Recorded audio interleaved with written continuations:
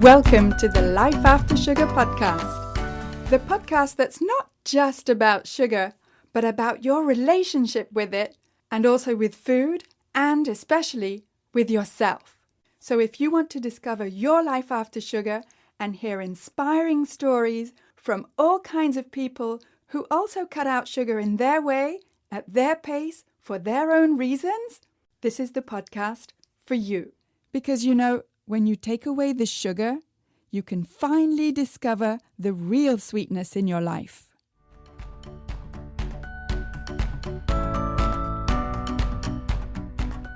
I'm your host, Netta Gorman, and in this episode, I'm taking 3 videos that come from the Freedom From Cravings Formula program, all about hidden sugars and how to spot them on food labels, and also the question, what about naturally occurring sugars? I want you to benefit from the exact same information as my program participants do about food labels and hidden or not so hidden sugars. We'll get to that in just a minute. But first, I just wanted to tell you that if you're looking for some free resources, then I have plenty for you. First, download my 5 tips to get rid of cravings. And those 5 tips may not be what you think they are. So go to aftersugarclub.com and download your 5 tips today. And while you're at aftersugarclub.com, why not take the cravings quiz? I created this cravings quiz specifically to help you start thinking more deeply about what triggers your cravings. And when you do this quiz, you'll get your personalized score as well as my practical tips to help you take your first step to get rid of cravings. Those free resources are at aftersugarclub.com. And also, come check out the Life After Sugar Facebook page and subscribe to the Life After Sugar YouTube channel, as well as my Instagram account at MyLifeAfterSugar, which is where you'll get all kinds of inspiration, so that you can see that it's perfectly possible to live a happy and active life, even if you don't eat sugar. You can also check out my TikTok account at Netta_lifeaftersugar. All right, so the first subject that you'll hear is about tomatoes and canned tomatoes, and then about cereal, and then finally bread. I call these quick snippets quick wins. I want to give you a quick win about tomatoes, canned tomatoes, and tomato sauce. So first, tomatoes. So if you're buying fresh tomatoes like this, there are no labels on the tomatoes. Yes, they contain naturally occurring sugars, but it's not a type of sugar that the food industry has added into the tomato. So in my humble opinion, the humble tomato is just fine. Now, if you're buying a can of tomatoes, whether they're whole tomatoes or chopped or ground or crushed tomatoes, then what you need to do is to have a look at the list of ingredients before you look at the sugars on the nutrition facts label. In this can, there are 5 grams of sugars in half a cup of crushed tomatoes. But how do you know where those sugars come from? Well, this is why it's important to look at the list of ingredients before the sugars in the nutrition facts label. And if I read the ingredients in this can, it says tomatoes, salt, and citric acid, which is used as a preservative, and that's it. There is no added sugars in the list of ingredients. So you can double check this on the nutrition facts label, but the sugars that are here, you know, because you've read the ingredients, you know that they're naturally occurring sugars. And same thing goes for tomato sauce or spaghetti sauce. If you look at the list of ingredients first, that'll give you a good indication of whether or not there are added sugars in the sauce. And when I read the list of ingredients in this spaghetti sauce, I see tomato puree, water, portobello mushrooms, sugar, salt, soybean oil, carrots, celery, onions, spices, citric acid. So I see the term sugar in the list of ingredients, and up to you to decide whether or not that's acceptable to you. I don't actually freak out that much about the quantity of sugar in spaghetti sauce, although I must admit that it's pretty mysterious why they put sugar in a savory sauce. But if you look at the nutrition facts label after you've checked the list of ingredients, in mine it says 6 grams of sugars per half cup of sauce, and I know that some of those sugars are from added sugars and some of them are from the tomato paste in here.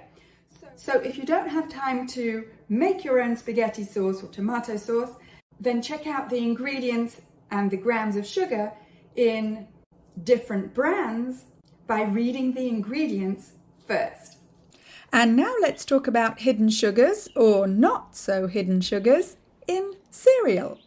So here I am with a pretty well-known breakfast cereal that is well known for being healthy and that has a health claim on it right here. Sugar-wise, 4 grams of sugar and also source of vitamin D. So I'd like to look into a little bit more detail with you by looking at the nutrition facts label, but first looking at the list of ingredients. I always like to look at the list of ingredients first before the nutrition facts. So I'm going to read out to you the list of ingredients: rice, wheat gluten, sugars, and then in parentheses we have sugar, corn and barley malt extract, end of parentheses, and then wheat germ, salt, vitamins and minerals, in other words iron, thiamine, hydrochloride, decalcium, pantothenate, cholecalciferol, which is vitamin D3, pyridoxine, hydrochloride, and folic acid. All right, let's just concentrate on the ingredients: rice, wheat gluten, and sugars, the first 3 ingredients. If I were just to look at the nutrition facts label, okay, I would see that for sugars, you have here sugars 4 grams, as the health claim says, 4 grams for 1 cup of this cereal. Okay, 1 cup, 4 grams of sugar, exactly like the health claim. Okay, so we can't say that they're lying.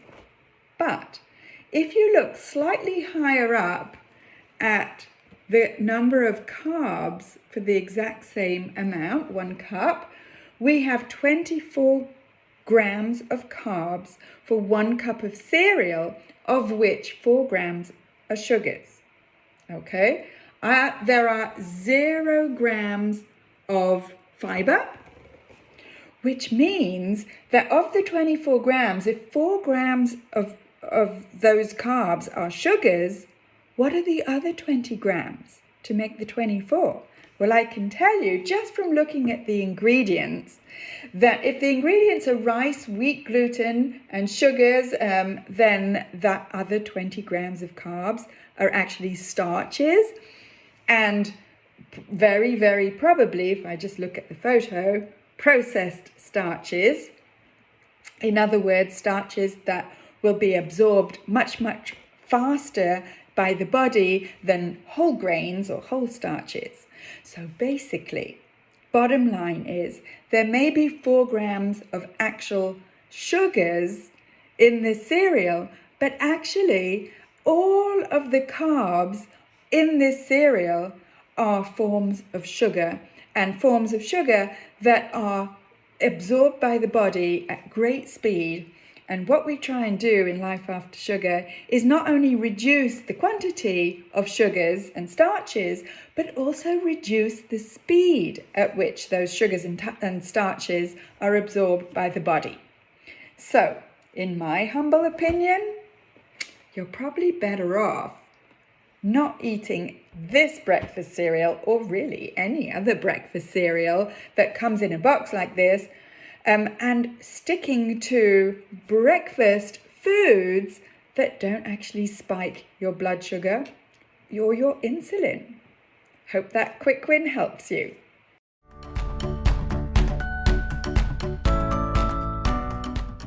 I want to take a quick break to say that if this is your first time here, then welcome and thank you for listening to this podcast. And whether you're new or a regular and you haven't yet rated or reviewed this podcast, could I ask you to scroll down and tap on the stars to rate this podcast and also to write a short review to let me know how this podcast is helping you in your life after sugar. I love reading your reviews. And when you rate and review this podcast, not only does it encourage me to continue making new episodes, but it also helps to share this podcast and have more people see it so that we can help more people feel better and lose weight with less sugar. So again, thank you for rating and reviewing this podcast and for spreading the word about sugar.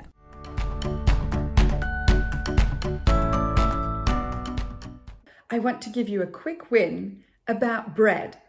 Now, we're told pretty often that whole grains are good in a varied diet, and I can't argue with that, except that when you buy bread in the store, most of the time, the whole grains, in fact, I would say all of the time, the whole grains are actually not in their whole forms at all. They have been ground up into flour in order to make the bread, right? So that's the first thing. The whole grains that you actually have to work and chew are not anywhere to be found in 99% of breads, especially commercial breads. And even in the bread that we make at home, it always has flour as its base, right? Even whole wheat flour. So I wanted to look a little bit more closely about what that means for you and for your digestion and for your blood sugar levels when you eat bread or flour-based products. And when you're looking at the ingredients and the nutrition facts table on the label. I always encourage you to look at the list of ingredients before the nutrition facts label or table. So I'm looking at the ingredients in my 100% whole wheat loaf here that is a local product near where I live, but still an industrially made bread. So here it is, 100% whole wheat flour. If I look on this loaf of bread here, for one portion of 100 grams, they don't say it in slices anymore, they say it in grams here. For one portion of 100 grams, I see 44 grams of carbohydrate, of which 7 grams are fiber and 3 grams are sugar. Now, if you do the math, then you can see that 7 grams of fiber plus 3 grams of sugars only count for 10 grams of the 44 grams of total carbohydrates. And what most consumers don't know is that the other grams of carbohydrates in the flour in the bread are actually made up of starch. And starch in powdered form, like in flour, will hit your body pretty much in the same way as sugar does. In other words, pretty quickly. And you don't want that speed affecting your blood sugar level that way. We want a slow absorption of any type of carbohydrate. So 2 things to watch out for when you decide whether or not to buy or eat bread. First, the ingredients. And second, whether you want to consume starches in powdered form that affect your blood sugar levels pretty fast and that are metabolized pretty fast by your body. Something to think about. So I hope these quick wins were helpful for you, and it's a great way to start really being more aware of where sugar is hiding in regular food products. But I can tell you this, actually sugar is very rarely hidden. In fact, it's right there in black and white on the list of ingredients. And the processed foods industry is very sneaky. They don't make it easy for us consumers. So my tip for you is to choose foods that don't even have a list of ingredients. In other words, whole foods. But choosing foods that don't have added or refined sugars and starches, and knowing what to do with those foods is easier said than done. And that's exactly why I created the Freedom From Cravings Formula program. In the program, you'll get step-by-step guidance and customized support through the 5-step formula that I've developed to help you get control over cravings so that you can finally live your life with more energy and fit into your favorite clothes effortlessly and feel confident in your food choices so that you can ditch the shame and embarrassment that you feel every time your emotions make you slip or fall off the wagon, and so that you never feel like you're on some kind of a restrictive diet. If you're at the stage of your life where you're finally ready to look after yourself, let's chat. You can hop on a free clarity call with me at any time by going to aftersugarclub.com and clicking on Program at the top. You'll also find the link with the show notes together with this episode. So go to aftersugarclub.com. Speak soon.